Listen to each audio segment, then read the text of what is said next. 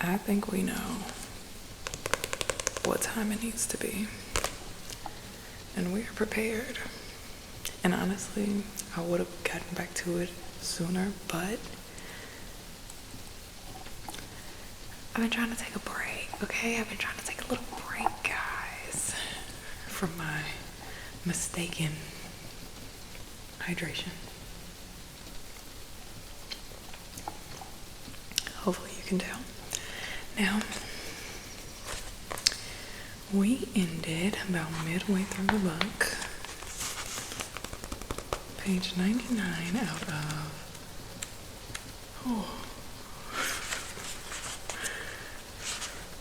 207, 208 actually. So we're gonna try to read a little faster.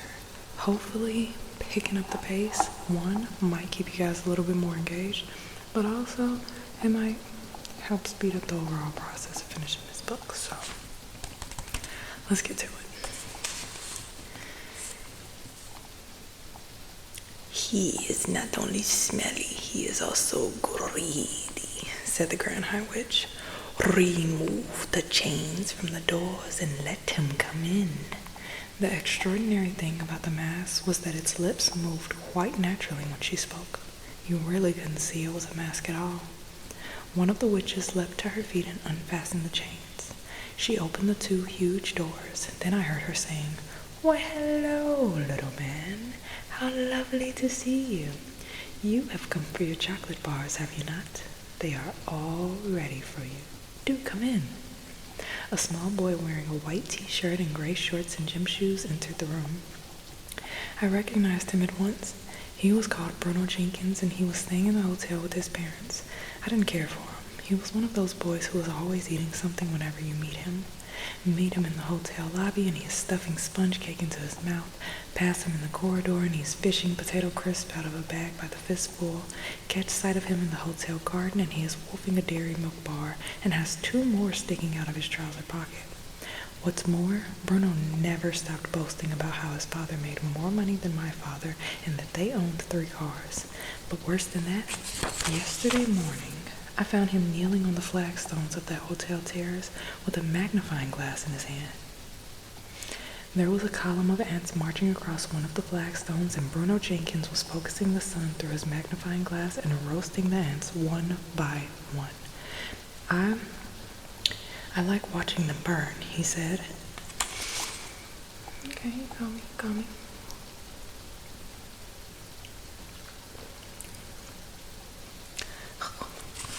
I made that with fresh espresso, and it's like a completely different drink now.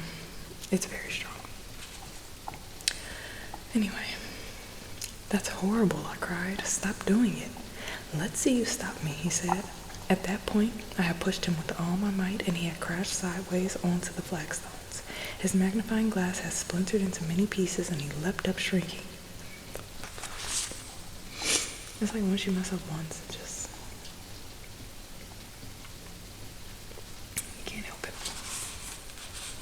My father is going to get you for this. Then he had run off, presumably to find his wealthy dad. I don't think I did mess up, presumably, but whatever. Honestly, I think I'm just so fascinated by the fact that the foam is just so perfect. It really is. Then he had run off, presumably to find his wealthy dad. That was the last time I had seen Bruno Jenkins until now. I doubted very much that he was about to be turned into a mouse, although I must confess that I was secretly hoping it might happen. Either way, I didn't envy him being up there in front of all of those witches. Darling boy, cool. See what I'm talking about?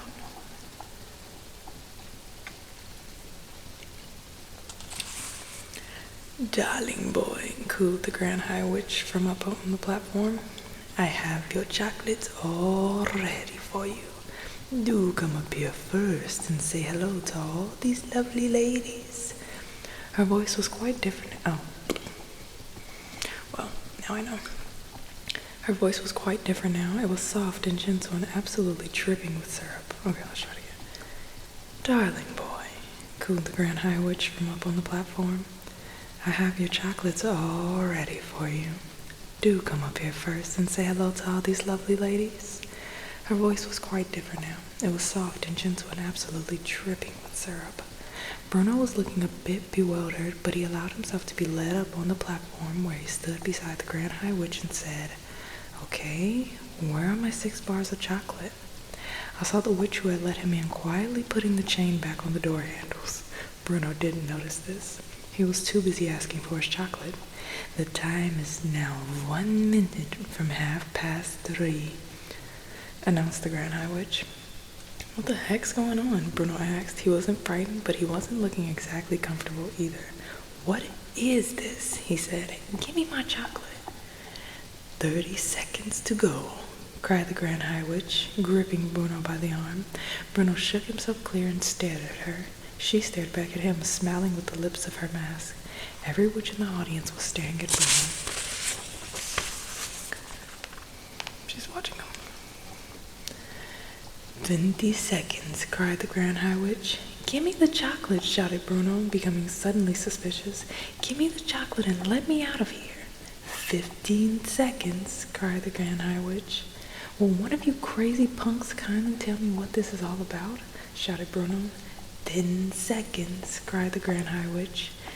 9, 8, 7, 6, 5, 4, 3, 2, 1, 0.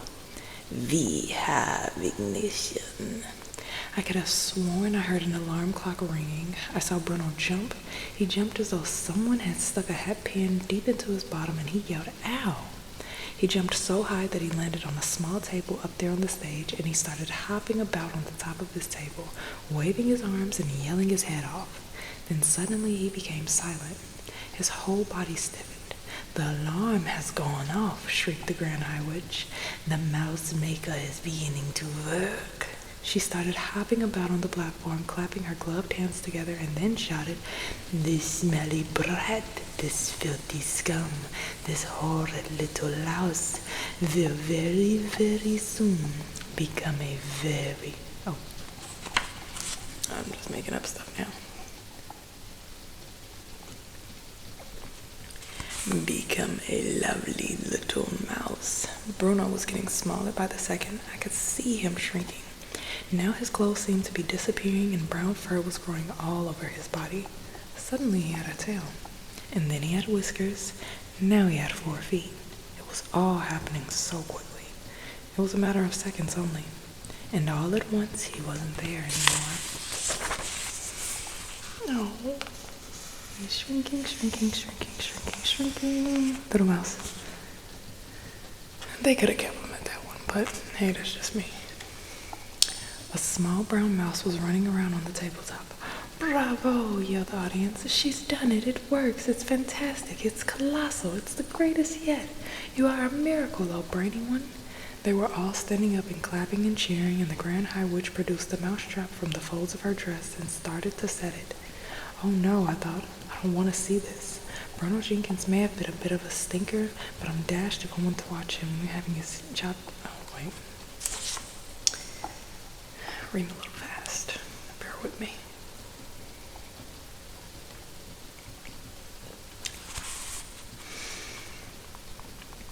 But I'm dashed if I want. What?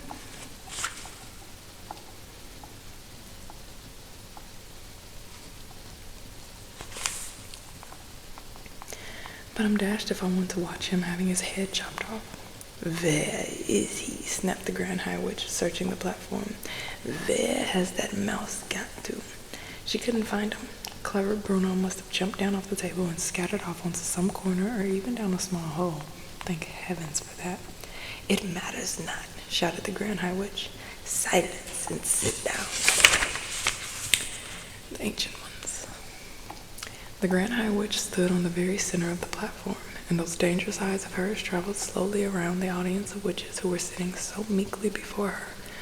"All those over 70, put up your hands," she barked suddenly. 7 or 8 hands went up in the air. "It comes to me," said the Grand High Witch, "that you ancient ones will not be able to climb high trees in search of Gruntel's eggs." We won't, your grandness. We are afraid we won't, chanted the ancient ones. Nor will you be able to catch the crab cruncher who lives high upon rocky cliffs, the Grand High Witch went on. I can't exactly see you sprinting after the speedy cat springer either, or diving into deep waters to spear the blabber snitch, or striding the bleak moors with a gun under your arm to shoot the grabble skirt. You are too old and feeble for these things. We are, chanted the ancient ones. We are. You ancient ones have served me well over many years, said the Grand High Witch, and I do not wish to deny you the pleasure of bumping off a few thousand children just because. That's pretty thoughtful of her if you think about it.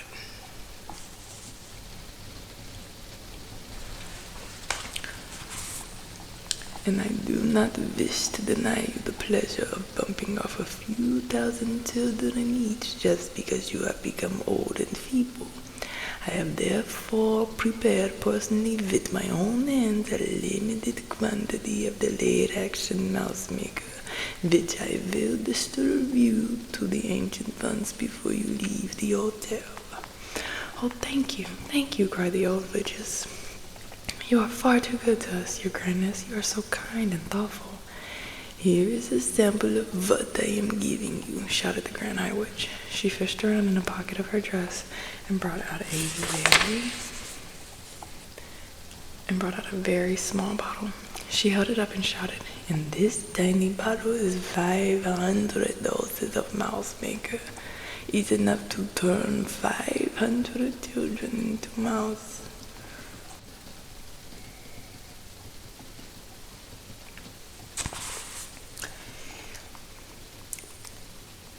Where'd it go?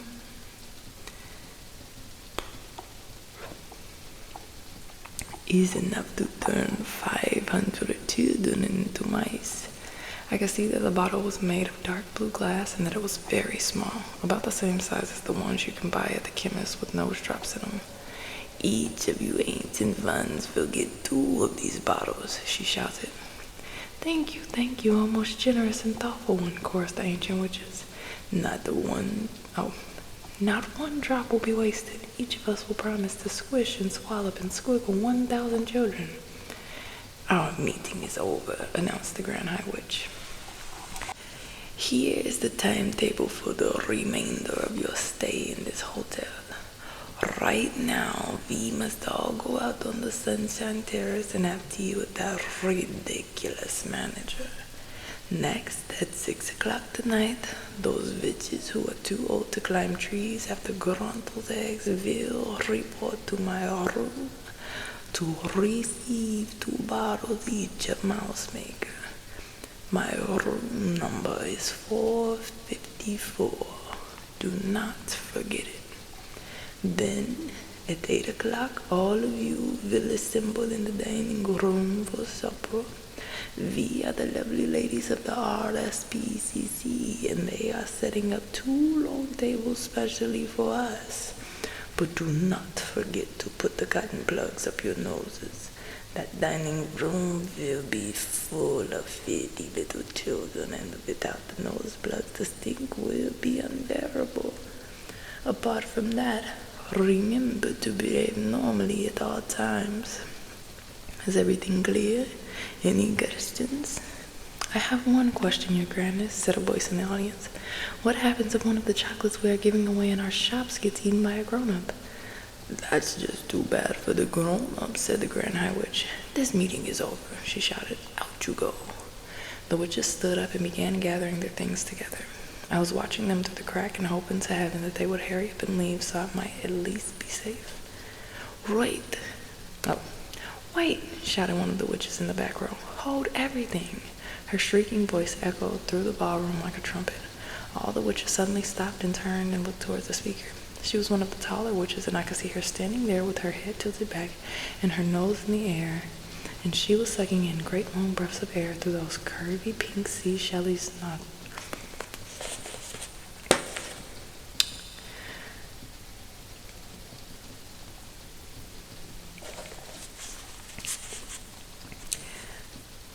Those curvy pink sea-shelly nostrils of hers. Wait, she shouted again. What is it? The others cried out. Dog's droppings, she yelled. Just then I got a whiff of dog's droppings. Surely not, the others shouted. There couldn't be. Yes, yes, shouted the first witch. There it is again. It's not strong, but it's there. I mean, it's here. It's definitely somewhere not too far away. What's going on down there? Shouted the Grand High Witch, glaring down from the platform. Mildred's just got a whiff of dog's droppings, Your Grandness, someone called back to her. What rubbish is this? Shouted the Grand High Witch. She has dog's droppings on the brain. There are no children in this room. Hang on, cried the witch, called Mildred. Hang on, everybody, don't move, I'm getting it again. Her huge, curvy nose holes were waving in and out like a pair of fishtails. It's getting stronger, it's hitting me harder now. Can't the rest of you smell? There she is. Look at her nose. She's sniffing all right. All the noses of all the witches in that room began.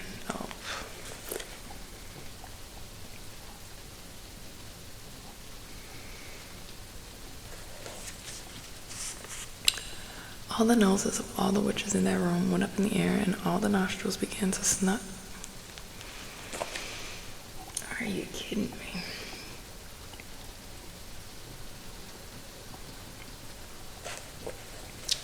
I'm trying to avoid drinking all of that, okay?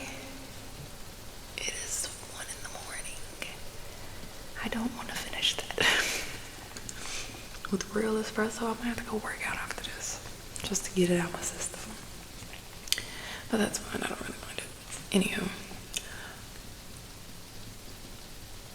And all the nostrils began to suck and sniff. She's right, cried another voice. She's absolutely right. Dog's droppings it is, strong and foul. In a matter of seconds, the entire assembly of witches.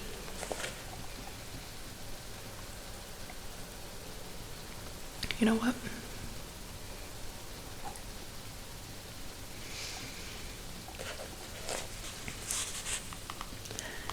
The entire assembly of witches had taken up the dreaded cry of dog's droppings. Dog's droppings, they shouted. The room is full of it. Pooh! Pooh! Why did we not smell it before? It stinks like a sewer. Some little swine must be hiding not so very far away from here. Find it, screamed the Grand High Witch. Track it down, rootle it out. Follow your noses till you get it. The hairs on my head were standing up like the bristles of a nail brush, and a cold sweat was breaking out all over me. Rootle it out, this small lump of dung, screeched the Grand High Witch. Don't let it escape.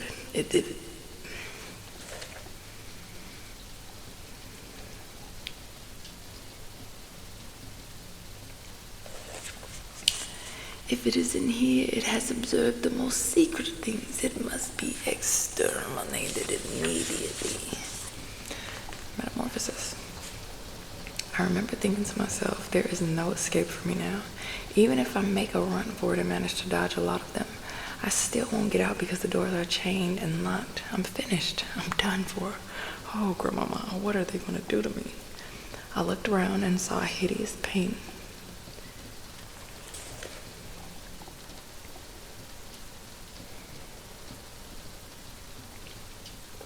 You know what's funny is that some of these aren't even really mistakes. They're like stops. Like I'll be reading and then I feel like I'm reading too quickly and then I'll like immediately pause because I feel like I'm missing a word or something, which is annoying. But anyhow,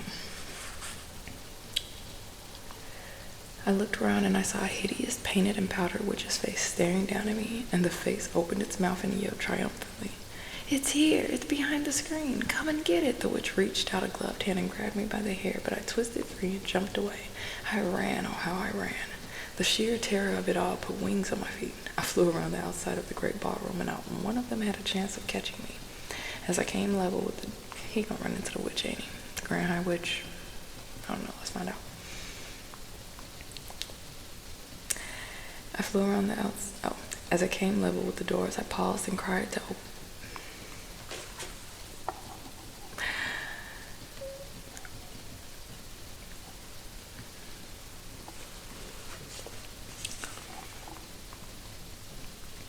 As I came level with the doors, I paused and tried to open them, but the big chain was on them and they didn't even rattle. The witches were not bothering to chase me. They simply stood there in small groups watching me and knowing for certain that there was no way I could escape. Several of them were holding their noses with gloved fingers, and there were cries of, "Pooh, what a stink! We can't stand this much longer." "Catch it then, you idiots!" screamed the Grand High Witch up from the platform. What gets me is, why didn't you bang on the door or something? You telling me nobody was standing near the ballroom? At least if people knew a little kid was in there, they'd be like, "Oh, let's get the little kid, let's help him." But you're not saying anything. You just run around. I don't get that. But I'm actually gonna stop there. I got to 113, which is honestly quicker than before. Maybe not, I'm not sure. But that's where I'm gonna stop, mostly because I have 2 other videos that I have to edit and upload, and I don't want to lose my story.